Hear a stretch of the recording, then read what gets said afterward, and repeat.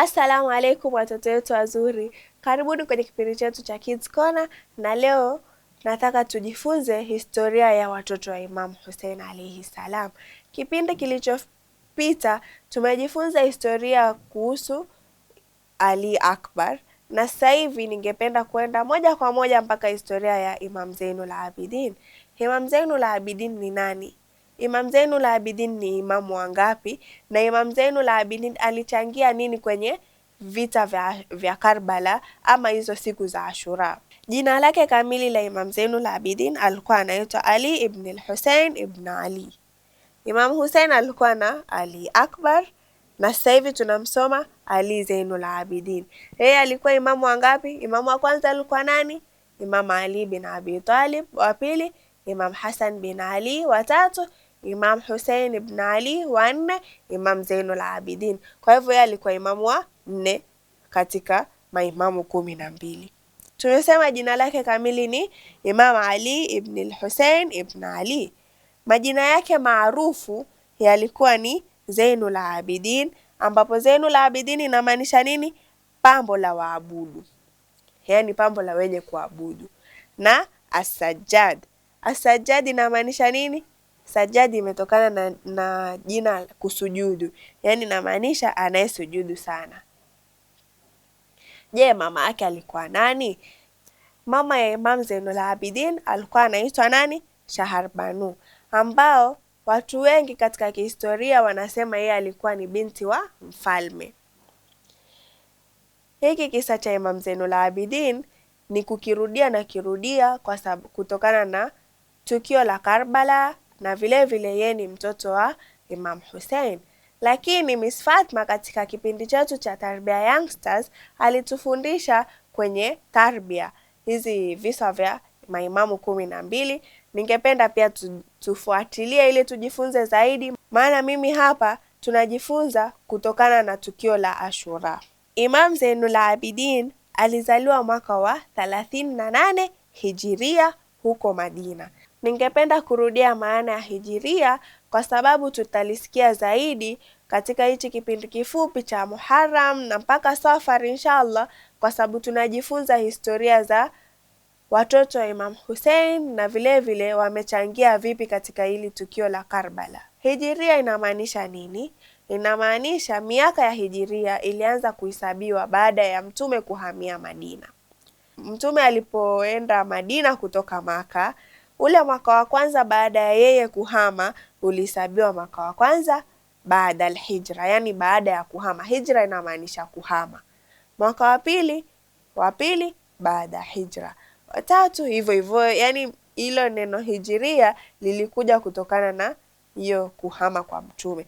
Kwa hivyo Imam Zainul Abidin yeye alizaliwa mwaka wa 38 Hijiria, kumaanisha alizaliwa mwaka wa 38 baada ya mtume kuhamia Madina. Naye alizaliwa mahali gani? Alizaliwa Madina.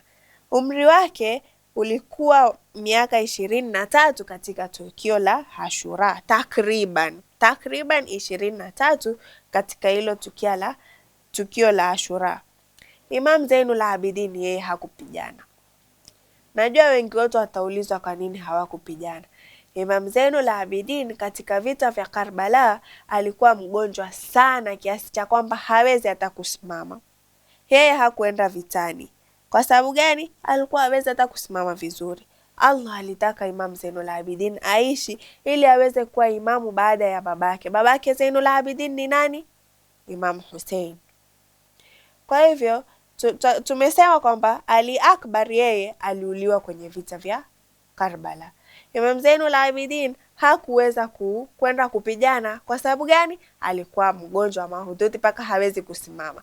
Kwa sababu gani? Kisa na maana Mwenyezi Mungu alikuwa amemuweka ndo yeye ili ajawe imamu baada ya babake, aje kuongoza watu baada ya babake. Si tumesema nyuma kwamba watoto wa Imam Hussein wamekulia katika mazingira ya Qur'an, mazingira ya ibada, mazingira ya kusema ukweli. Hatuwezi kusema kwamba Ali Akbar yeye hawezi kuwa imamu baada ya babake, lakini ilikuwa ishapangwa kwamba yeye Ali Akbar aende apigane, Ali Zainul Abidin aje awe imamu baada ya babake.